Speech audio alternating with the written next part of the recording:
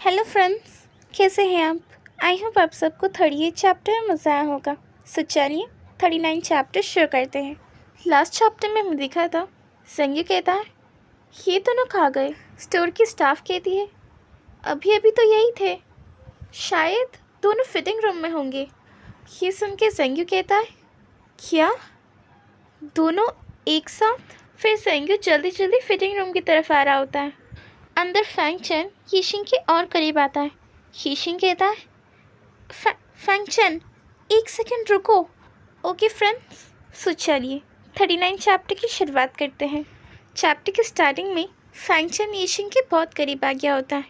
यीशिंग कहता है ऐसा मत करो फैंग चैन, शांत हो जाओ। फैंग चैन कहता है मैंने तुम्हें कितना मिस किया। ये सुन के यीशिंग फैंग चैन के हाथ को डॉच कर देता है। तभी यीशिंग फैंग चैन के बॉटम को देखता है और सोचता है क्या ये इस वक्त हाथ है? तभी यीशिंग फैंग चैन को पीछे पुश करता है और कहता है बस हो गया, मुझसे दूर हटो। तभी बाहर सेंग के दरवाजे पे नॉक करता है और कहता है मिस्टर ये, क्या तुम अंदर हो? यीशिंग कहता है हाँ मैं अंदर ही हूँ, मैं 1 मिनट में बाहर आता हूँ। तभी फैंग चैन कहता है क्या तुमने ज़ेंग्यू की वजह से मुझे पुश किया? तभी यीशिंग दरवाजे को अनलॉक कर देता है और बाहर जा ही रहा होता है कि पीछे से फैंग चैन उससे अपनी तरफ पुल करता है। फैंग चैन यीशिंग के बहुत करीब आ जाता है और उसे किस कर लेता है। तभी ज़ेंग्यू दरवाज़ा खुल के अंदर आता है और फैंग चैन और यीशिंग को एक साथ देख लेता है। उन दोनों को एक साथ देखकर ज़ेंग्यू चौंक जाता है। तभी यीशिंग ज़ेंग्यू को देख लेता है और वो भी चौंक जाता है। यीशिंग बाहर जाते हुए कहता है मुझे अच्छा फील नहीं हो रहा है, मैं रेस्टरूम जाके आता हूँ। फिर यीशिंग वहाँ से चला जाता है। तभी फैंग चैन हंसते हुए कहता है हाँ, तुम्हारी टाइमिंग कितनी ख़राब है जाओ ज़ेंग्यू। ये सुन के ज़ेंग्यू को गुस्सा आता है और वह फैंग चैन को दीवार की तरफ पुश करता है।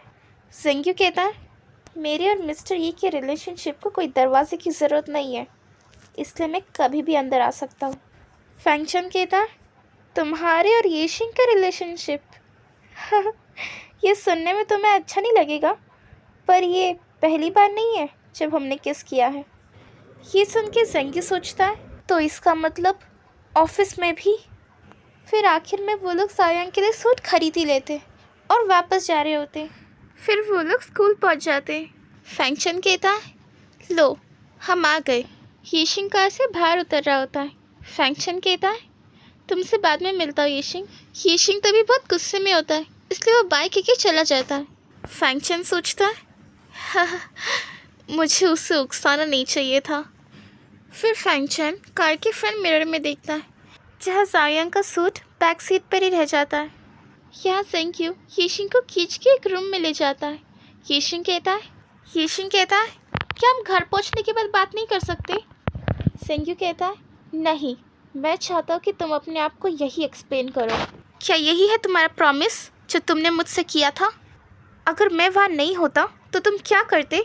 तुम दोनों तो ऑलरेडी किस कर चुके थे और अब तुम ये चाहते हो कि मैं तुम्हें किस करूं? क्या फैंग चैन ने तुम्हें सेटिस्फाई नहीं किया? मुझे पता है, वो भी तुम्हें धमका रहा है ना, मेरे डैड के लिए तुम्हारी फीलिंग के साथ, जैसे मैंने तुम्हारे साथ किया था। तभी यीशिंग कहता है क्या तुम गुस्सा हो? अब जब तुमने अपना गुस्सा मुझ पर निकाल दिया है तो तुम्हें अच्छा लग रहा है? ज़ेंग्यू कहता है तुम्हारा मतलब क्या है? यीशिंग कहता है ऑफिस में और आज जो फैंग चैन और मेरे बीच में किस हुई थी वो बस एक एक्सीडेंट था। ये कह के यीशिंग ज़ेंग्यू के करीब आता है और उसे किस कर लेता है। यीशिंग कहता है आज जो भी कुछ हुआ उन सब में ये किस मैं अपने दिल से करना चाहता था। क्या अब तुम्हें समझ में आया? अब तुम्हारी बारी, तुम मुझसे अपोलोजाइज़ करो। ज़ेंग्यू कहता है बिल्कुल नहीं। यीशिंग कहता है अच्छा तो तुम मेरी फीलिंग्स को हर्ट कर रहे हो हाँ? ये सुन के ज़ेंग्यू कहता है अच्छा ठीक है सॉरी। तभी बाहर फैंग चैन उन दोनों की बात सुन लेता है और अपने मम्मी कहता है तो इतने वक्त से यीशिंग ज़ेंग्यू को इसलिए एक्सेप्ट करा जा रहा था क्योंकि वो ब्लैकमेल हो रहा था। ओके फ्रेंड्स, यही हमारा चैप्टर ख़त्म होता है। आई होप आप सबको इस चैप्टर में मज़ा आया होगा। फ्रेंड्स, अगर आपको इस चैप्टर में मज़ा आया है तो प्लीज़ लाइक शेयर कमेंट और सब्सक्राइब करना बिल्कुल भी मत भूलना। हम मिलेंगे अगली वीडियो में। So till then stay safe, stay healthy, bye bye.